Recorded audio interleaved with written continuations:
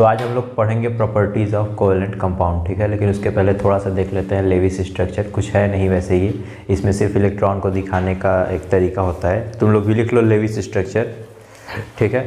तो इसमें कुछ बहुत ज़्यादा नहीं है, इसमें सिर्फ ये दिखाना होता है कि लेविस स्ट्रक्चर में हम लोग जब बनाते हैं उसमें, तो कोई भी वैलेंस इलेक्ट्रॉन जो होता है, वैलेंस इलेक्ट्रॉन को हम लोग हमेशा स्टार से या डॉट से, इसी से दिखाते हैं, ठीक है।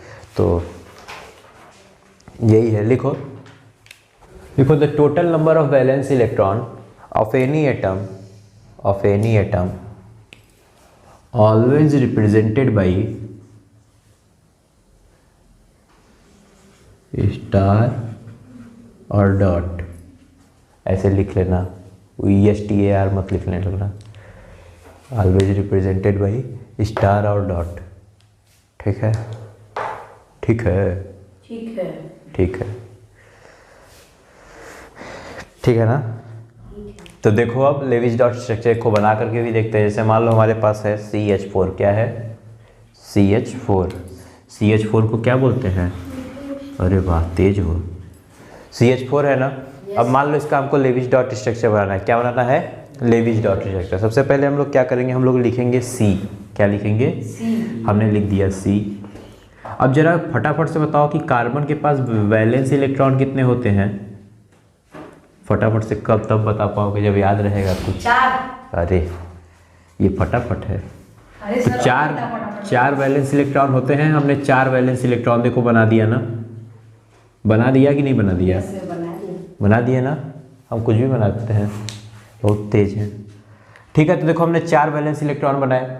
अब उसके बाद क्या है? H4। क्या है? यानी कि 4 ठो हमारे पास H है। 4 ठो, ये देखो 4 नहीं है, ये तो 3 है ना, 4 H है हमारे पास, ठीक। तो हमारे पास 4 H है, तो हम फटाफट से 4 H लिखेंगे। ये हमने लिखा एक H, ये हमने लिखा दूसरा H, यहाँ पर हमने बना दिया तीसरा, और ये आ गया चौथा H। कोई दिक्कत?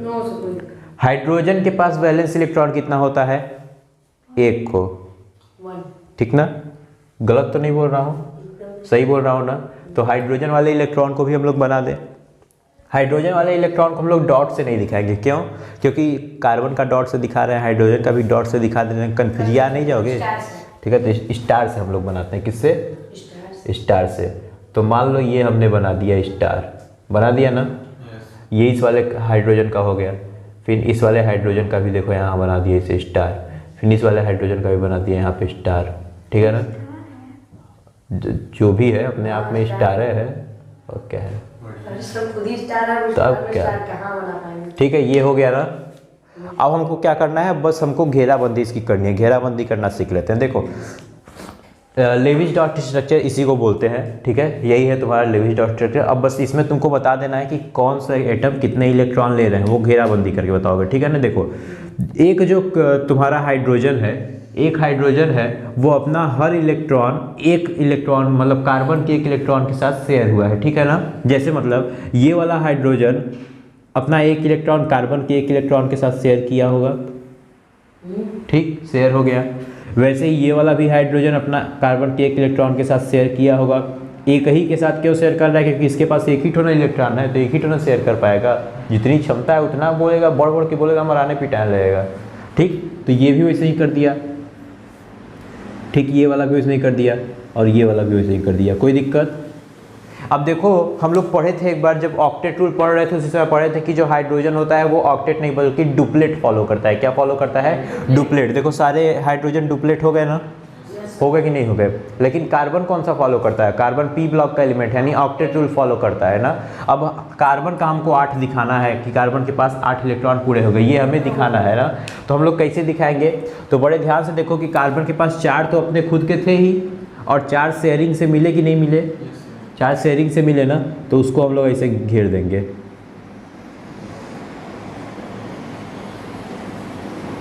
ठीक है। ये घेर दिए, हो गया। This is called as Lewis dot structure. बना लो फटाफट से, इसको बना लो। इसको रंगोली हो गया ना। अब बनाना दिवाली पे ही वाला, घर पे 2-4 ठो हम फार्मूला लिख के दे देंगे, सब बना देना इसे दीवार पे, ऐसा जा हो जा देना, बढ़िया मज़ा आएगा देख के, ठीक है, तो यही है लेविस डॉट स्ट्रक्चर। इसको फटाफट से बना लो और 2-3 ठो हम दे दे रहे हैं, उसको बना दो। एक बना दो CO2 का। क्या करोगे CO2 का बना के? बनाओ, उसका बनाओ तुम C2H2 का। किसका बनाओगे? C2H2 का बनाओ। थोड़ा हल्के हल्के अभी बनाते चलो, ठीक है। फिर C2H4 का बनाओ, C2H4 का बनाओ। 2 ठो बनाओ, इसी में पता चल जाएगा कितना सीखे। ठीक है, तो ये फटाफट से हमको इन दोनों का लेविस डॉट स्ट्रक्चर बना के दिखाओ। पहले ये वाला अपने कापी पे एकदम बना लो ऐसे ही, ठीक। बन गया होगा ना स्ट्रक्चर? ठीक है, बन गया होगा। दोनों का देखो, एक खो ये है तो ऐसा हमने C2H2 वाला स्ट्रक्चर, ठीक ना। अरे कितना जल्दी बन गया, नहीं C2H2 वाला होगा। C2H4 का भी बता दे रहे हैं। देखो ध्यान से, C2H4 का कैसे बनेगा। देखो हमको क्या दिया हुआ है C2, तो हमने C2 बना लिया कि नहीं बना लिया? बना लिया ना। H4 है ना हमारे पास, तो हमने एक H मान लो यहाँ बना लिया, एक H यहाँ बना लिया H4, एक H यहाँ बना लिया और एक H यहाँ बना लिया H4। यहीं पे H क्यों बनाया? मेरा मन करता तो मैं यहाँ पे भी बना सकता था ना, ऐसे ही H, ऐसे H, ठीक है। ऐसे अगर बनाते तो देखो क्या होता। सपोज करो कि हमने ऐसे H बना लिया, तो यहाँ पर H और H के बीच में डिस्टेंस देख रहे हो बहुत ज़्यादा हो रही है, ठीक। यानी 2 बॉन्ड के बीच में डिस्टेंस बहुत ज़्यादा हो रही है, और यहाँ C और C के बीच में जो बॉन्ड बनेगा उससे इसकी डिस्टेंस बहुत कम हो जा रही है, ठीक ना। यहाँ पर डिस्टेंस बहुत ज़्यादा है और यहाँ पर डिस्टेंस बहुत कम है, तो क्या ये इसको जीने देगा? धक्का दे देगा। हटो तुम दूर चलो, तो नहीं होगा। जगहिया काहे रखे हो, खुसको ना ऐसे करके, तो ये खुसुक जाएगा और ये खुसुक जाएगा तो इधर हो जाएगा। तो ये वाला जो है, ये बॉन्ड जो है, इस बॉन्ड को रिपेल करेगा। एक्चुअली इसको बोलते हैं बॉन्ड पेयर रिपल्सन। क्या बोलते हैं? बॉन्ड पेयर रिपल्सन, ठीक है। तो बॉन्ड पेयर रिपल्सन रहेगा, जिसकी वजह से ये जो यहाँ पर है वो ऐसे टिल्ड हो जाएगा इस साइड में, ठीक। और जब इस साइड में से टिल्ड हो जाएगा तो ये कैसा स्ट्रक्चर बनेगा? ऐसे, ठीक। और फिर वैसे ही यहाँ पर भी बॉन्ड पेयर रिपल्सन पर लगेगा, ये भी टिल्ड हो जाएगा, ये भी हो जाएगा ऐसे। तो ऐसा नहीं कि टिल्ड होके आएंगे और दोनों चिपकी जाएंगे एकदम से। इतना ही टिल्ड होगा कि यहाँ वाला जो रिपल्सन लग रहा है, यहाँ वाला जो रिपल्सन लग रहा है और यहाँ वाला जो रिपल्सन लग रहा है, वो दोनों इक्वल हो जाए, ठीक। उतने पे ही वो रुक जाएगा, ठीक ना। जब रिपल्सन दोनों इक्वल हो जाए तो उतने पे रुक जाएगा। तो इसीलिए हम लोग ऐसे साइड में लिखते हैं। तो अब देख लो स्ट्रक्चर कैसे बनेगा C2H4 का। कैसे बनेगा? मान लो C2 है तो हमने 2 C यहाँ लिख लिए, H4 है, एक H यहाँ लिखा, एक H यहाँ लिखा, एक H यहाँ लिखा और एक H यहाँ लिखा। और H का हमने इलेक्ट्रॉन बना दिया, एक यहाँ, एक यहाँ, एक यहाँ और एक यहाँ, ठीक है। बाकी कार्बन का हमको इलेक्ट्रॉन बनाना है, तो कार्बन का एक इलेक्ट्रॉन इस वाले के साथ शेयर होगा, हमने यहाँ बना दिया। कार्बन का एक इलेक्ट्रॉन इस वाले के साथ शेयर होगा, हमने यहाँ बना दिया। कार्बन का एक इलेक्ट्रॉन इधर शेयर होगा, हमने यहाँ बना दिया। और कार्बन का एक इलेक्ट्रॉन इधर शेयर होगा, हमने यहाँ बना दिया। लेकिन इसके भी 2 इलेक्ट्रॉन, इसके भी 2 इलेक्ट्रॉन बचे हुए हमने यहाँ बनाया, इसके भी 2 इलेक्ट्रॉन बचे हुए हमने यहाँ बनाया। तो ये दोनों इलेक्ट्रॉन आपस में शेयरिंग करेंगे और कोवेलेंट बॉन्ड का यानी डबल बॉन्ड का फॉर्मेशन करेंगे कि नहीं करेंगे, ठीक है। यहाँ पर इसे सिंगल बॉन्ड बनेगा, यहाँ पर इसे सिंगल बॉन्ड बनेगा, यहाँ पर इसे सिंगल बॉन्ड बनेगा, यहाँ पर इसे सिंगल बॉन्ड बनेगा। बस हो गया कंप्लीट, ठीक है। अब इसको घेराबंदी अपने से कर लेना, करना होगा तो। यही है C2H4 का स्ट्रक्चर, ठीक ना। तो लेविस डॉट स्ट्रक्चर कुछ नहीं है, बस प्रैक्टिस से आ जाएगा धीरे धीरे, ठीक है। क्वेश्चन में शायद तुमको आ जाए बनाने को, नहीं तो आता नहीं है, बस इसको जानते रहो, ठीक है ना। लेविस डॉट स्ट्रक्चर कोई बहुत खतरनाक चीज़ नहीं है। तो हम लोग अगला टॉपिक करेंगे, लिखो प्रॉपर्टीज़ ऑफ कोवेलेंट कंपाउंड, ठीक है। इसकी प्रॉपर्टीज़ को हम लोग देखेंगे। तो सबसे पहले लिखो फिजिकल प्रॉपर्टी। फिजिकल प्रॉपर्टी लिखो द कोवेलेंट कंपाउंड्स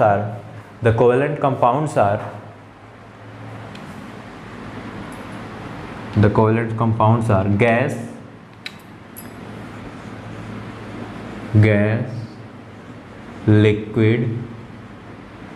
लिक्विड और सॉफ्ट सॉलिड।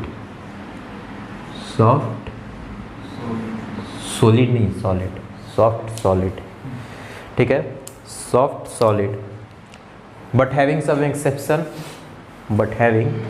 एक्सेप्शन, कुछ एक्सेप्शन भी है इसके एक्सेप्शन में हम लोग पहला पढ़ेंगे। लिखिए इसका एक्सेप्शन। पहला लिखो डायमंड, बिल्कुल सॉफ्ट नहीं होता, बहुत हार्ड होता है। कुछ हो इसको ले जाके पत्थरा से पत्थरा टूट जाए, वो ना टूटे, ठीक है। फिर उसके बाद लिखो ग्रेफाइट लिखना है। ये सॉफ्ट होता है लेकिन ये भी एक्सेप्शन में ही आता है, इसलिए यही पे लिखवा दे रहे हैं। इसका एक्सेप्शन क्या है वो बताऊंगा। तो ग्रेफाइट बड़ा स्लिपरी होता है, छूने में मज़ा आता है उसको, ठीक है। और डायमंड हमने लिखा, अच्छा पेंसिल का नीब, वो तो चुभाने में मज़ा आता है ना। लिख लिया क्या? चलो अब अगला पॉइंट लिखो। अगला पॉइंट लिखो, एक लाइन छोड़ के लिखो। The covalent compounds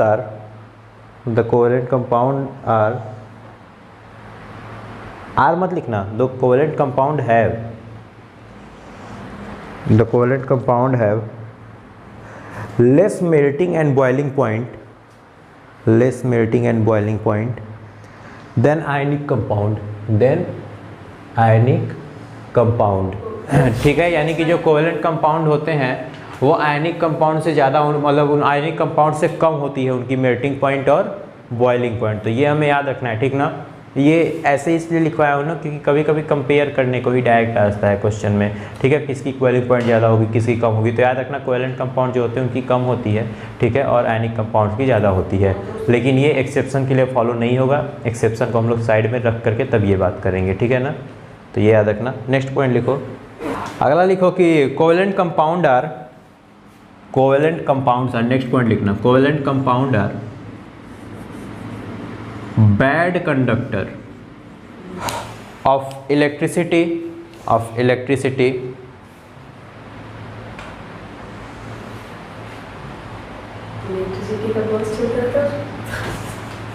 in solid and liquid form।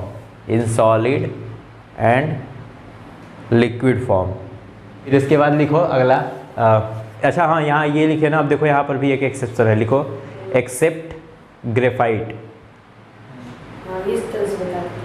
अच्छा ओ ठीक है, फुल स्टॉप दे करके नीचे से लिखना ब्रैकेट में, ब्रैकेट बनाओ, बहुत लंबा चलेगा ये। ब्रैकेट बना करके लिखो graphite are the good conductor of electricity. अभी तक ग्रेफाइट छूने में बहुत मज़ा आ रहा था ना, अब थोड़ा डर लगेगा। Graphite are the good conductor of electricity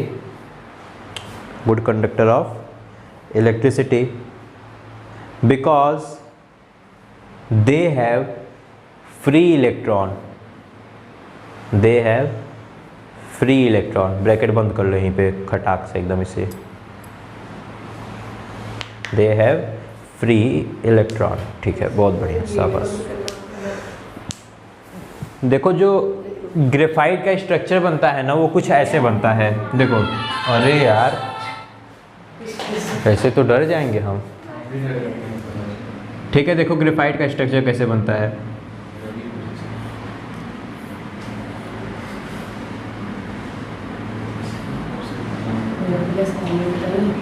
ठीक है। ये हो गया है कि मान लो, फिर यहीं से एक दूसरा निकाल दिया जाए, और क्या ही करेंगे। ये कौन सा स्ट्रक्चर है? वो ठीक है, क्या कुछ नाम होगा इसका? क्या तुम्हारे हिसाब से इसका क्या नाम होना चाहिए? देखो जहाँ जहाँ तुमको कॉर्नर दिख रहा है ना वहाँ वहाँ पे कार्बन होता है। कौन? कार्बन होता है। तो जहाँ जहाँ कॉर्नर दिख रहा है हम लोग वहाँ वहाँ कार्बन लगा दे, क्या लगा देना।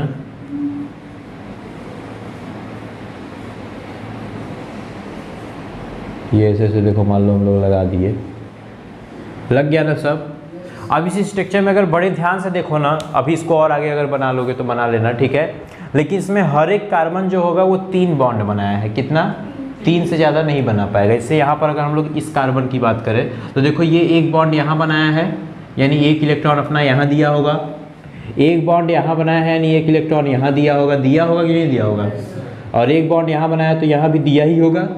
लेकिन चौथा बॉन्ड ये नहीं बनाया, और अगर ये चौथा बॉन्ड नहीं बनाया यानी कि चौथा इलेक्ट्रॉन इसका ऐसे फ्री होगा, ऐसे लखेरा नहीं है एकदम से ना। यही काम करता है इलेक्ट्रिसिटी को कंडक्ट कराने का। अब क्या होगा, जैसे इलेक्ट्रिसिटी को देखो पास होने के लिए कुछ मीडियम चाहिए ना, कोई उसको पकड़ के ले जाए। इलेक्ट्रिसिटी बड़ी आलसी टाइप की, जल्दी जाती नहीं, या आलसी कह लो या कह लो कि भौकाल है थोड़ा, उसका अपने से थोड़ी जाएगी, कोई लेने आएगा। तो एसटी आके खड़ी होगी दरवाजे पर, उसको कंडक्ट कराने वाला कोई होना चाहिए, ठीक है। तो यही इलेक्ट्रॉन दौड़ जाते हैं, हाँ आइए, ठीक है। तो ये जो लखेरे टाइप के लोग होते हैं उनका यही काम होता है, अरे आगे क्या, चल तो ये तुरंत इलेक्ट्रिसिटी को पकड़ेगा और अपने साथ लेकर के जाएगा। तो यानी यही जो फ्री इलेक्ट्रॉन रह जा रहा है ना, ऐसे ही तुम किसी भी कार्बन में देखो, जैसे यहाँ पर भी देखो, इस वाले कार्बन को भी, ये भी देखो 3 ही बॉन्ड बनाया है, ठीक है, 3 ही बॉन्ड बनाया है। तो जो ग्रेफाइट का स्ट्रक्चर होता है ना, वो हेक्सागोनल स्ट्रक्चर बनता है वहाँ पे, ठीक है, हेक्सागोनल स्ट्रक्चर बनता है। तो उसमें हर कार्बन खाली 3 ही बॉन्ड बनाया रहता है, 1 इलेक्ट्रॉन उसका फ्री रहता है, 1 इलेक्ट्रॉन फ्री रहता है। तो वही 1 इलेक्ट्रॉन जो फ्री रहता है वही इलेक्ट्रिसिटी कंडक्ट कराने का काम करता है। इसलिए तुमने लिखा है due to the presence of free electron, due to the presence of free electron, यही देखो फ्री इलेक्ट्रॉन है एकदम, तो यही कंडक्ट कराने का काम करता है। तो नेक्स्ट पॉइंट लिखो, लिखो अगला, अभी एक्सेप्शन ही चल रहा है इसी का, लिखो ऑल पोलर, लिखो all polar covalent compound, all polar covalent compound can be ionized in water, and show conductivity, बात को समझ रहे हो क्या हो रहा है? पोलर मतलब जहाँ पे 2 पोल बनते हो, समझ में आ गया ना? हाँ, सब देखो, जैसे मान लो ये हमारे पास एक पोलर कोवेलेंट कंपाउंड हम लोग लेते हैं, मान लो हमारे पास है HCl, क्या है? कोई दिक्कत? इसको हम लोग कहाँ डालते हैं? पानी में। कहाँ डालेंगे? पानी। जैसे भी हम लोग पानी में डालेंगे, पानी में आग लग गई, आग नहीं लगेगी। जैसे ही हम लोग पानी में डालेंगे होगा कि ये आयोनाइज होगा, ठीक। ये कैसे आयोनाइज होगा? ये बना लेगा H+ और Cl-, ऐसा बना लेगा ना, ठीक। तो ये HCl था, यहाँ पर देखो इसमें 2 पोल से मिल करके ये बनता है, इसीलिए इसको बोलते हैं पोलर कोवेलेंट कंपाउंड। क्या बोलते हैं? पोलर कोवेलेंट कंपाउंड, ठीक है। तो ये कोवेलेंट कंपाउंड है, लेकिन ये कंडक्टिविटी शो कर सकता है। कब शो करेगा? जब ये पानी में जाएगा। जब ये कहाँ जाएगा? पानी में जाएगा। यानी कि जितने भी पोलर कोवेलेंट कंपाउंड होते हैं वो पानी में जाने के बाद खुद को आयोनाइज कर लेते हैं, खुद को आयोनाइज कर लेते हैं। आयोनाइज करने का मतलब है कि अपने आप को आयन के फॉर्म में तोड़ लेंगे, ठीक है ना। और जैसे ही अपने आप को आयन के फॉर्म में तोड़ेंगे तब वहाँ पे होगा क्या कि इलेक्ट्रिसिटी फ्लो होने लगेगी, क्योंकि इलेक्ट्रिसिटी को फ्लो होने के लिए वहाँ पर एक मीडियम मिल जाएगा। कौन मिलेगा? आयन। कौन मिलेगा? आयन। इसलिए आयन के फॉर्म में जब वो रहते हैं तो शो करते हैं। इसीलिए देखो कल जो कह रहे थे डिस्टिल वाटर वाला, जो डिस्टिल वाटर रहता है वो इलेक्ट्रिसिटी शो मतलब इलेक्ट्रिसिटी कंडक्ट नहीं कराता है, ठीक है ना। जो पानी हम लोग पीते हैं वो डिस्टिल वाटर नहीं है, वो इलेक्ट्रिसिटी कंडक्ट करा देगा, ठीक है। लेकिन जो डिस्टिल वाटर होता है वो इलेक्ट्रिसिटी कंडक्ट नहीं कराएगा। कोई भी पूछता है बरसात का पानी इलेक्ट्रिसिटी कंडक्ट कराता है कि नहीं कराता है? एक्चुअल में जो बरसात का पानी होता है ना वो डिस्टिल वाटर है, वो इलेक्ट्रिसिटी कंडक्ट नहीं कराएगा। लेकिन जब वो हमारे एटमॉस्फेयर में आता है तो उसमें आयन और ये सब चीज़ें मिल जाती है, आयन मिनरल्स जो है उस पानी में मिक्स हो जाता है, ठीक। तब वो पानी इलेक्ट्रिसिटी कंडक्ट कराने लगता है। तो इलेक्ट्रिसिटी, हाँ, जाके देखना, करवा के इसे तार डालना, फिर छूना, करा रहा है कि नहीं करा रहा है, ट्राई करना घर पे जाके, ठीक है। कौन जय? अरे एक खुद साइंटिस्ट हैं, एक्सपेरिमेंट के लिए अपनी जान दाव पे लगा दी और तुम कर रहे हो कौन जय? ठीक है, तो ये साइनाइड का टेस्ट भी पता चल गया, पता है कि नहीं तुम लोगों को? बोल दिया सर। बताओ, साइनाइड का टेस्ट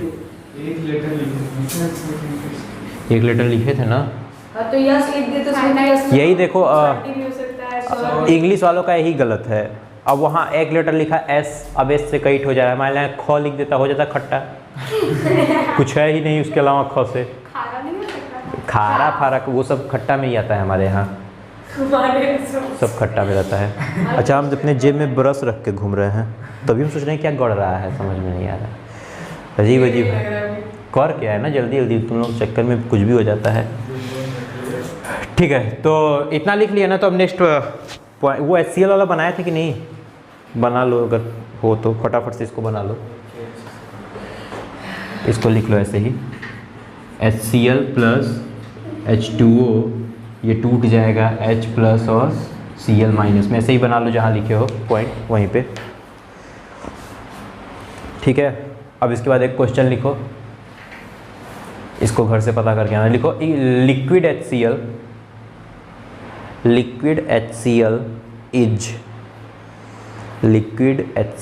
इज, ठीक है ना। अब आपके पास 4 ऑप्शन है, लिक्विड HCl क्या है इसको बताना है आपको, और आपके पास 4 ऑप्शन है।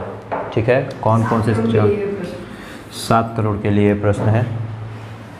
7 करोड़, 2 रुपया ज़्यादा मैं कभी नहीं रखता हूँ। तो liquid HCl is option A acid, option B salt, option C base और option D covalent.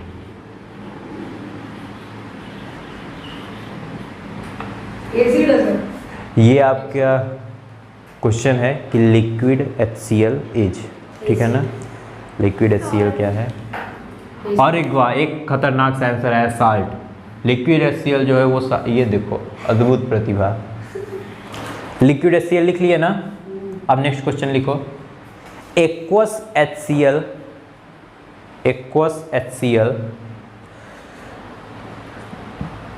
Is, aqueous HCl is, aqueous HCl क्या होगा। फिर से ही 4 ऑप्शन लिखो।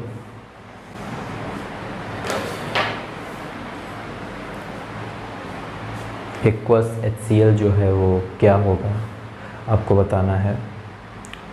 तो 4th ऑप्शन तो पहले ही कट गया। वाह क्या बात, अभी अभी पानी में मिलाए थे और अभी अभी कट गया। तो क्या लग रहा है, पहले और दूसरे का कुछ भी आंसर बताओ अपने हिसाब से दिमाग लगा के। पहला वाला क्या बताया तो, मतलब जो लिक्विड HCl है। पहला क्वेश्चन था हमारा, पहले क्वेश्चन को डिस्कस किया जाए थोड़ा सा।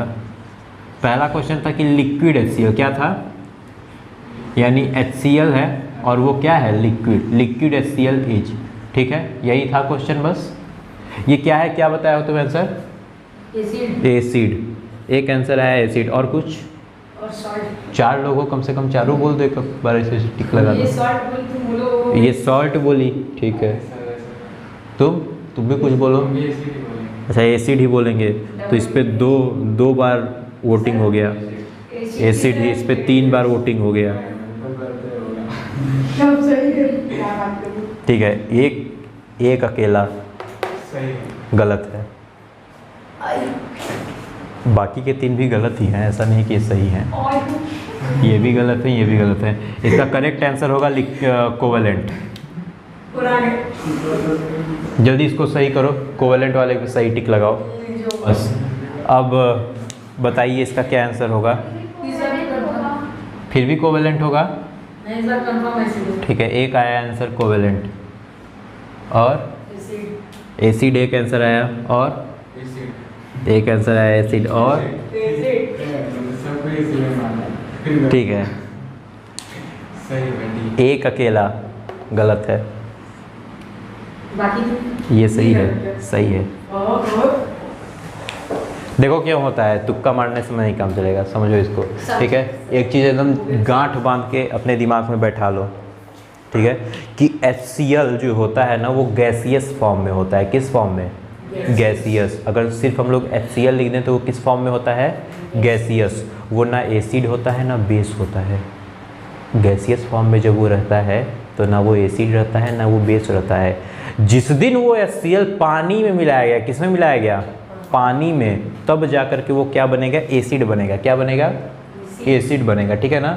यानी कि HCl जब पानी में मिलाया जाता है, किसमें, पानी में। इसीलिए यहाँ पर तो देखो क्या लिखा हुआ है, एक्वस। और इसके पहले वाले में क्या था, लिक्विड था। यानी कि देखो उसको किया क्या गया था, गैस को अगर हम लोग कंप्रेस करें तो वो लिक्विड फॉर्म में किया जा सकता है उसको ना, यानी कि उसमें पानी नहीं मिलाया गया था, उसको कन्वर्ट कर लिया गया था लिक्विड में, ठीक।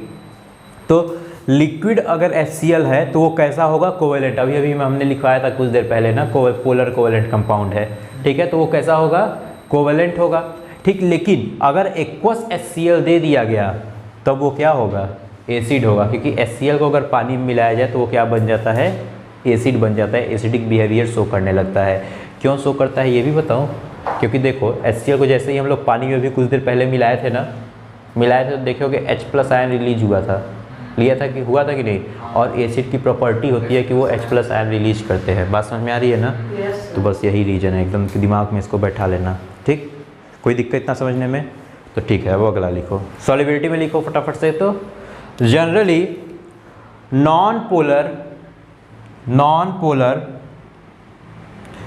Covalent compound is less soluble in water, non polar covalent compound जो होंगे, non polar covalent compound, CC का मतलब चढ़ाने वाला नहीं, कोवेलेंट कंपाउंड। तो non polar covalent compound water में अगर देखा जाए इसकी सॉल्युबिलिटी किसमें, वाटर में, तो ये लोग कैसे सॉल्युबल होंगे, लेस सॉल्युबल होंगे। कैसे? Less soluble. इसका रीजन बता दूं क्या? क्योंकि जो वाटर है ना वो पोलर सॉल्वेंट है। कैसा है? पोलर। लिख लो ब्रैकेट में कहीं पे कि वो जो वाटर होता है H2O जो होता है वो पोलर सॉल्वेंट है। पोलर सॉल्वेंट है। और एक केमिस्ट्री में नियम चलता है, केमिस्ट्री में क्या, जिंदगी में भी ये नियम चलता है कि लाइक डिजॉल्व्स लाइक, क्या? Like dissolves like. ठीक, इसका मतलब समझ में आ रहा है? इसका मतलब ये है, हाँ, अपने जैसे लोगों में घुल मिल जाते हैं। ठीक है, अपने जैसे लोगों में घुल मिल जाते हैं। मतलब समझना कि अगर कोई पोलर कंपाउंड है तो वो किसी पोलर कंपाउंड में ही घुलेगा। अगर कोई पोलर कंपाउंड है तो वो किसी पोलर कंपाउंड में घुलेगा। अगर कोई नॉन पोलर कंपाउंड है तो वो किसी नॉन पोलर कंपाउंड में घुलेगा। समझ रहे हो ना बात को? ठीक है, जैसे मैग्नेट आ गया, देखो हम घुलने की बात कर रहे हैं, यहाँ मैग्नेट आ गया। देखे ना, ऐसा कन्फ्यूजन आता है, इसलिए टीचर बनना आसान नहीं है। जैसे मान लो चीनी को तुम पानी में मिलाओगे तो चीनी घुलेगी ना, लेकिन उसी चीनी को पेट्रोल में मिलाओ, मज़ा आएगा? नहीं घुलेगी। ठीक है, क्यों?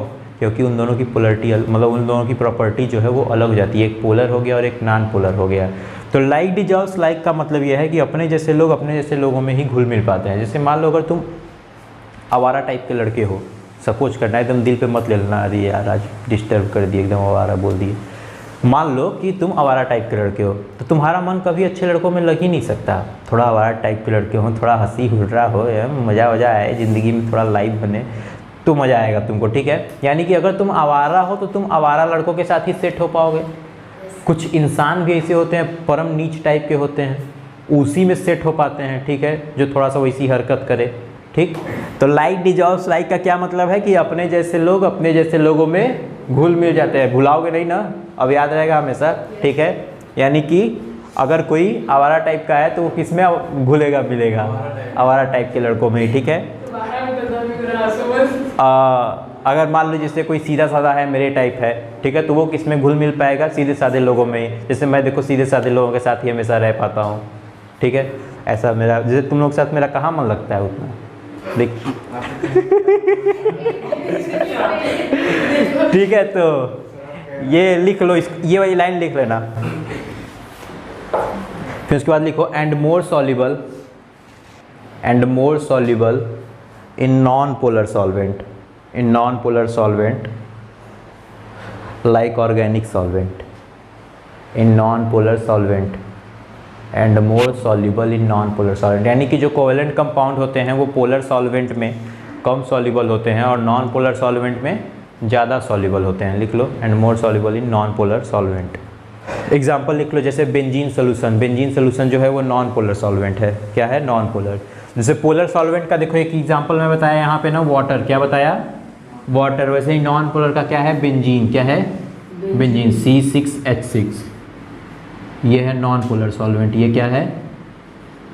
Non polar solvent. ठीक है, इसको बेंजीन बोलते हैं, C6H6। इसका स्ट्रक्चर ऐसे बनता है, कक्षा 10 में पढ़े होगे। हाँ, एक्सेप्शन है ये, पूरा ऑर्गेनिक में मज़ा आता है, ये कहाँ एक्सेप्शन है? ये ऐसा स्ट्रक्चर बनता है इसका। ठीक है, तो अब अगला पॉइंट लिखो ब्रैकेट में लिखना, ब्रैकेट में लिखो एक्सेप्शन है ना। और ये यहाँ की खूबसूरती है केमिस्ट्री के, एक्सेप्शन तुमको हर जगह पढ़ने को मिलेगा। लिखो कि the polar covalent compound which form hydrogen bond with water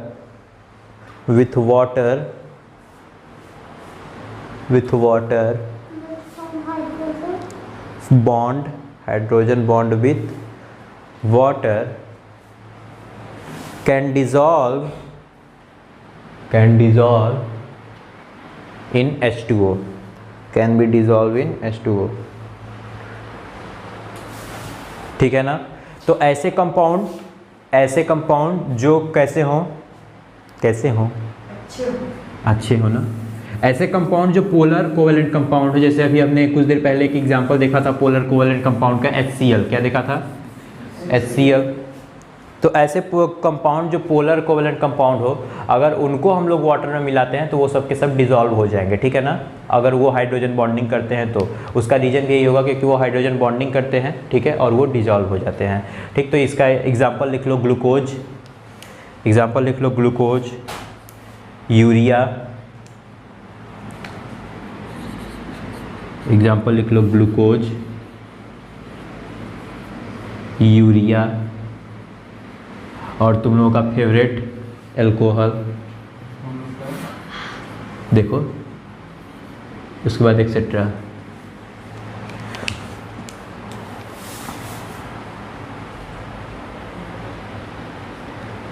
फिर उसके बाद लिखो next point, covalent compound are rigid and directional,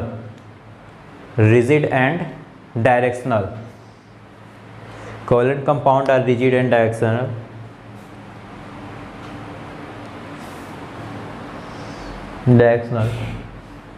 and having definite shape, geometry, hybridization,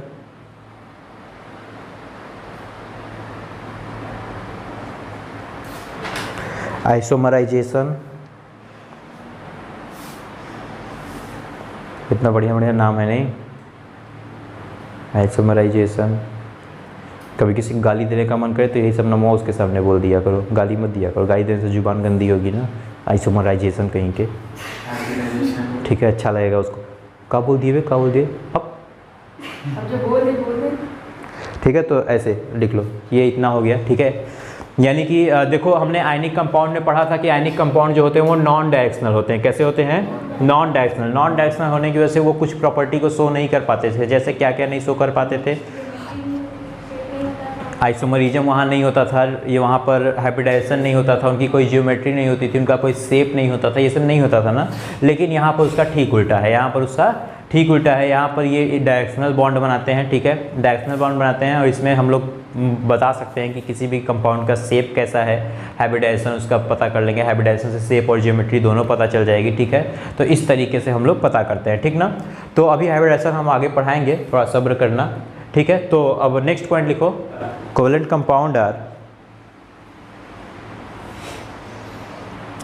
compound are less reactive than ionic compound, less reactive than ionic compound, less reactive than ionic compound. Covalent compound are less reactive than ionic compound.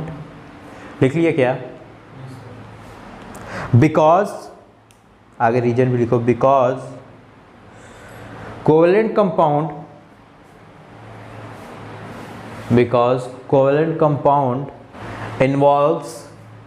involves making and breaking of bond. यहाँ पर पुराना bond टूटना होता है, नया bond बनना होता है, इसलिए इनको रिएक्शन करने में थोड़ा टाइम लगेगा ना, तो इसलिए बोला जाता है कि ये लेस रिएक्टिव है। ठीक है, अगर यहाँ तक लिख लिए तो बहुत बढ़िया लिखिए। अब इसके बाद हम लोग पढ़ना है वैलेंस बॉन्ड थ्योरी। क्या पढ़ना है? Valence bond theory. आज के लिए इतना बहुत करते हैं, ठीक है ना, आज के लिए इतना बहुत है। और कल हम लोग पढ़ेंगे वैलेंस बॉन्ड थ्योरी, बहुत इंपॉर्टेंट है, इसको एकदम ध्यान से पढ़ना है, ठीक ना। तो वीडियो को शेयर, लाइक और सब्सक्राइब करते रहिए। कोई भी कन्फ्यूजन होगा, अगर लाइन कोई नहीं समझ में आएगी तो उसको पूछ लेना हमसे, ठीक है। जहाँ पर भी कोई भी दिक्कत हो हमसे ला के पूछना, लेकिन जहाँ तक पढ़ा चुका हूँ वहाँ तक NCERT पूरा लाइन बाय लाइन पढ़ जाओ, ठीक ना। तो आज के लिए बस इतना ही, थैंक यू।